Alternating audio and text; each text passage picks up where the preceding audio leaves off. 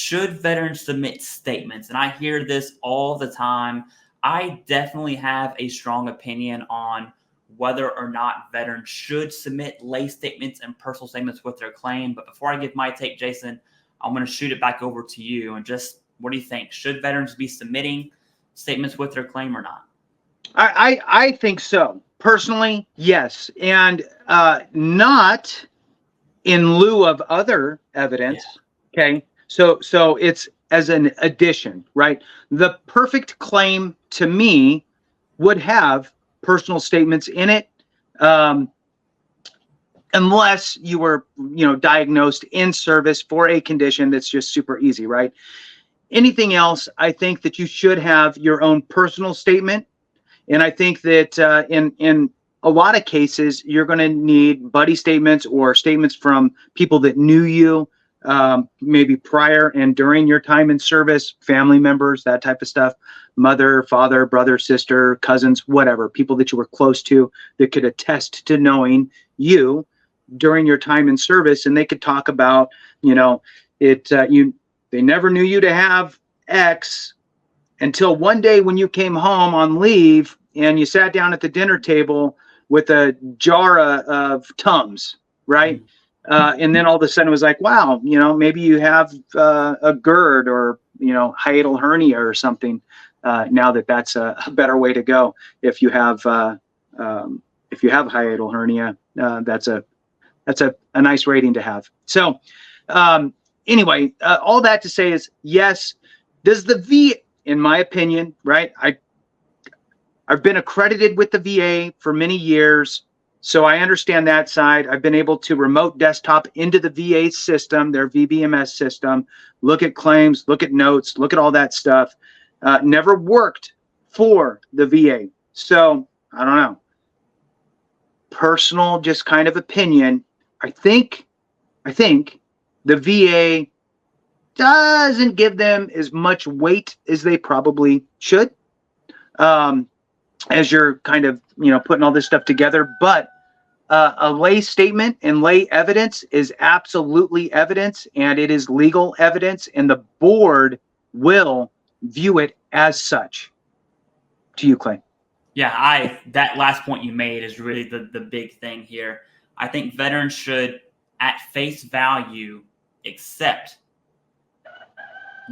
agree that the VA at the initial level for your rating is not going to look at your statements. Although they should, it's probably not going to happen, okay?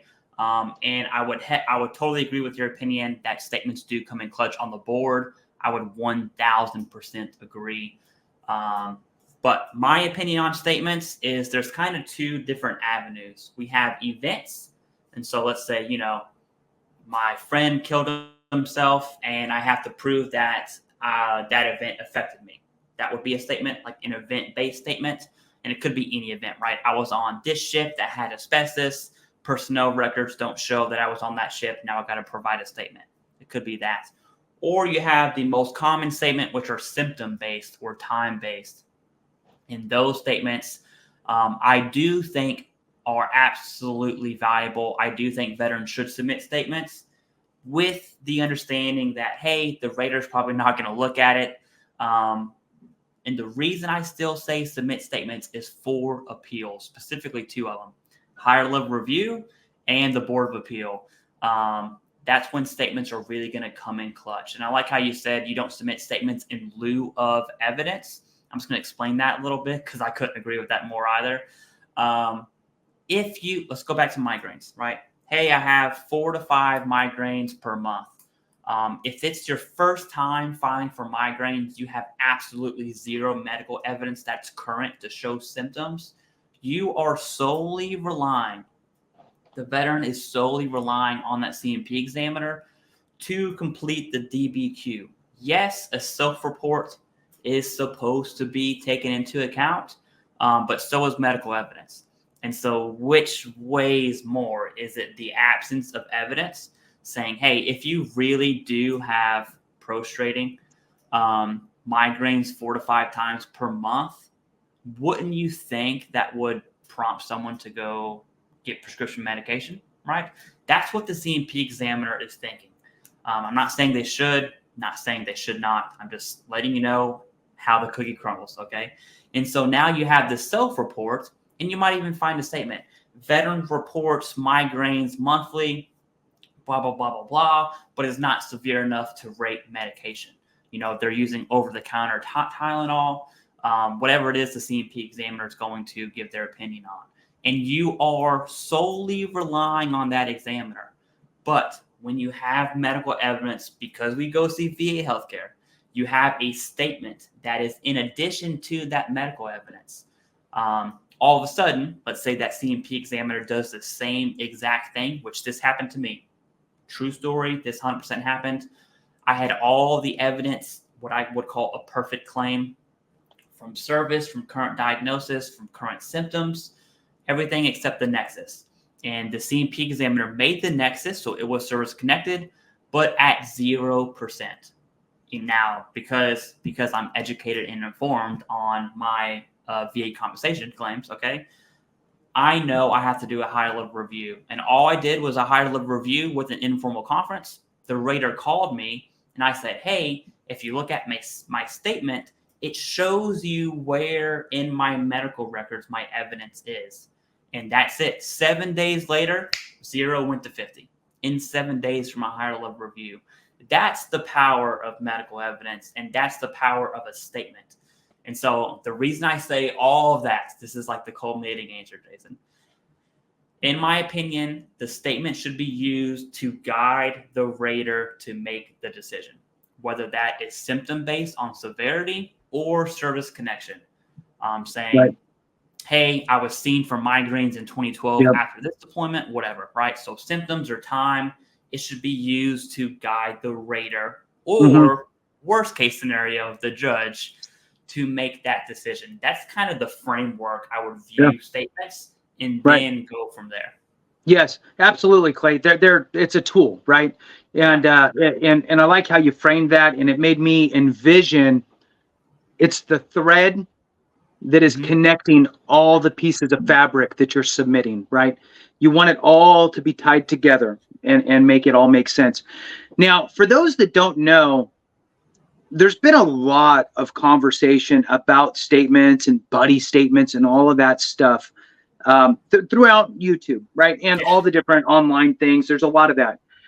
What I think is missing, and this part's probably, I don't know, I'm hoping it's important for folks.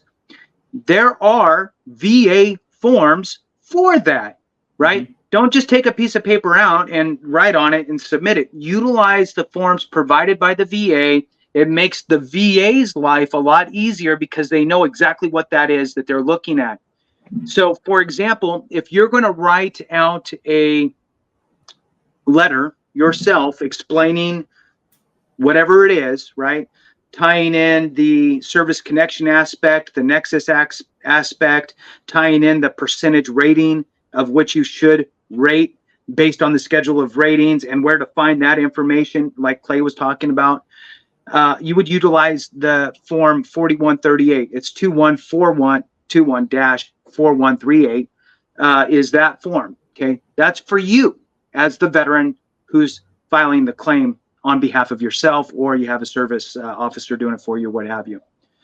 If you have a buddy, let's say me and Clay served together, and Clay knew that I was dying in my sleep every single night and snoring and hacking and stopping breathing, and he'd have to throw boots at me every night, right, to wake me up. And nobody, this is what people were doing who had to bunk with me, right, trying to figure out who had to sleep in the same area I was.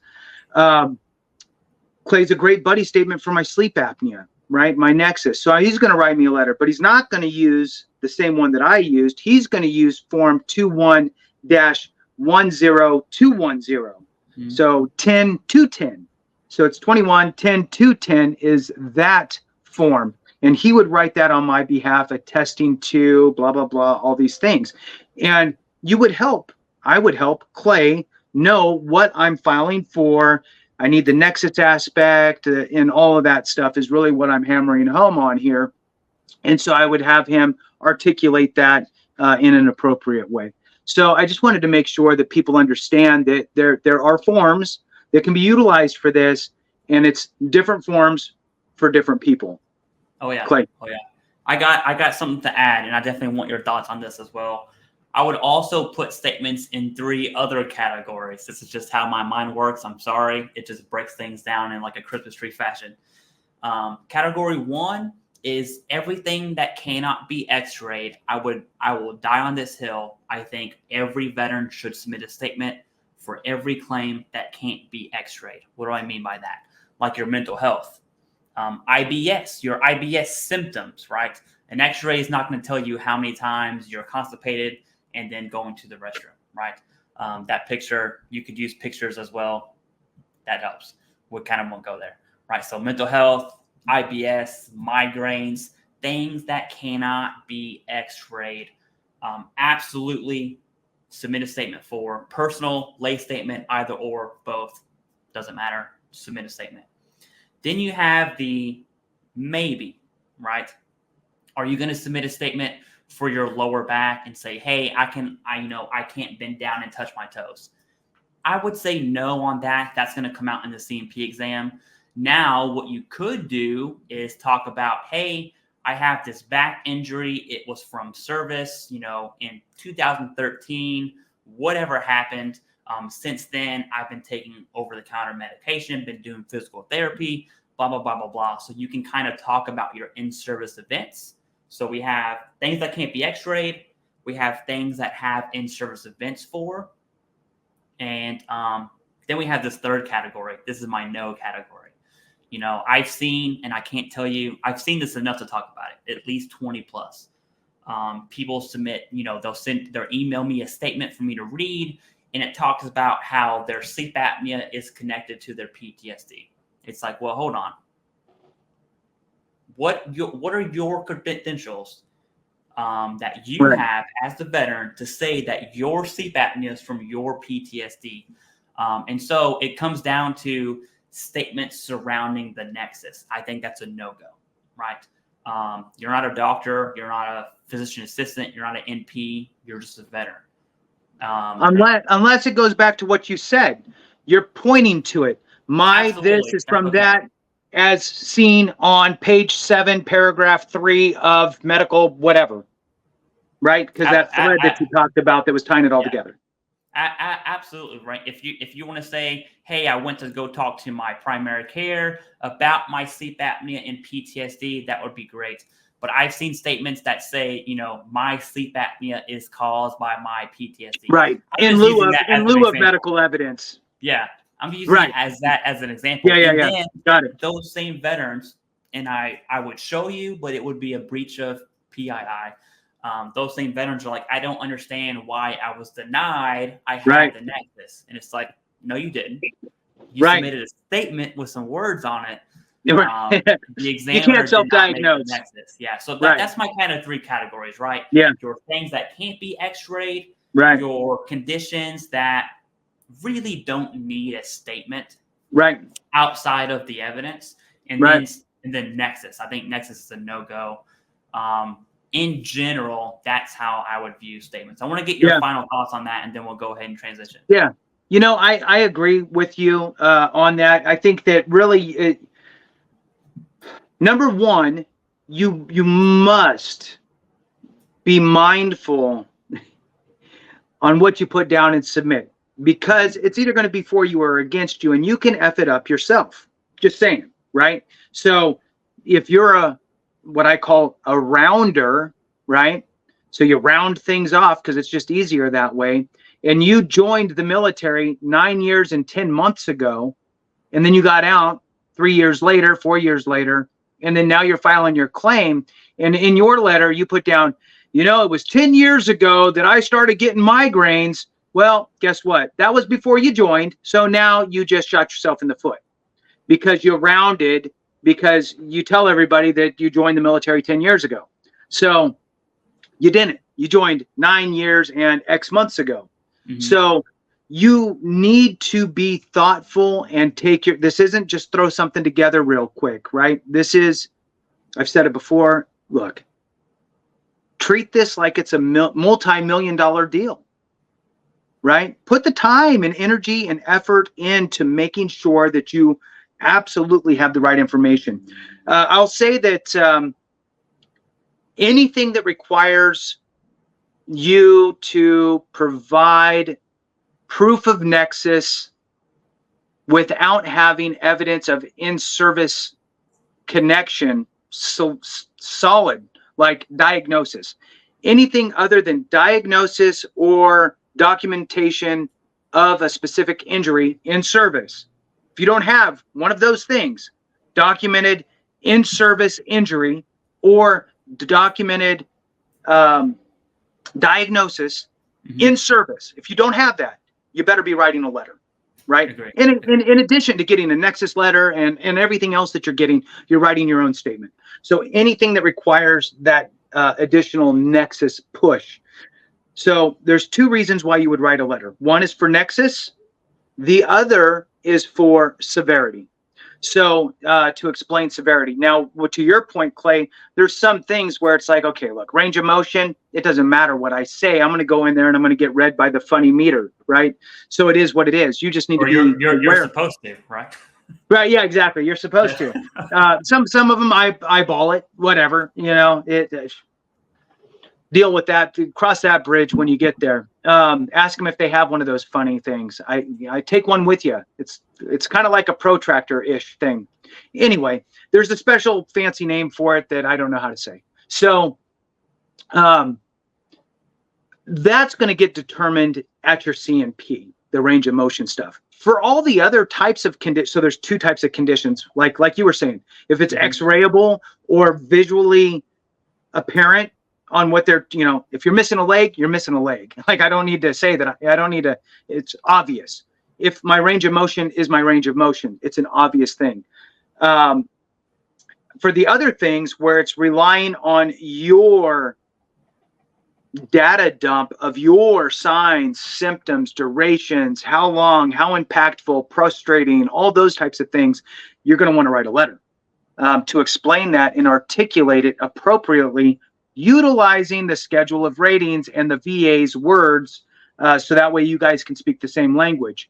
Because if you're not speaking the same language, then you're leaving it up to the VA to try to figure out what you mean. And 9 out of 10 times, they're going to dumb it down and give you a lower rating.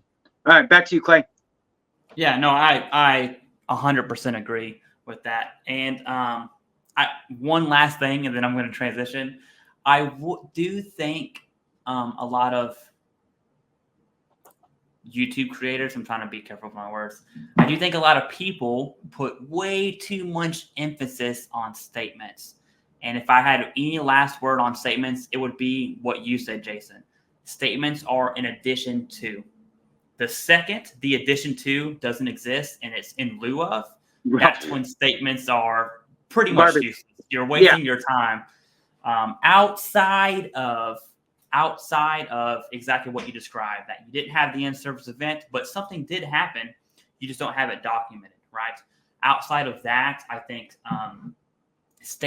I'll say this. Statements are not what will win your claim. It's your evidence. Statements will guide the rater. Now, in the event you're at the board, that's a different story. That's kind of summarizes what, at least my thoughts on statements. Now, to transition, we have the last topic, which is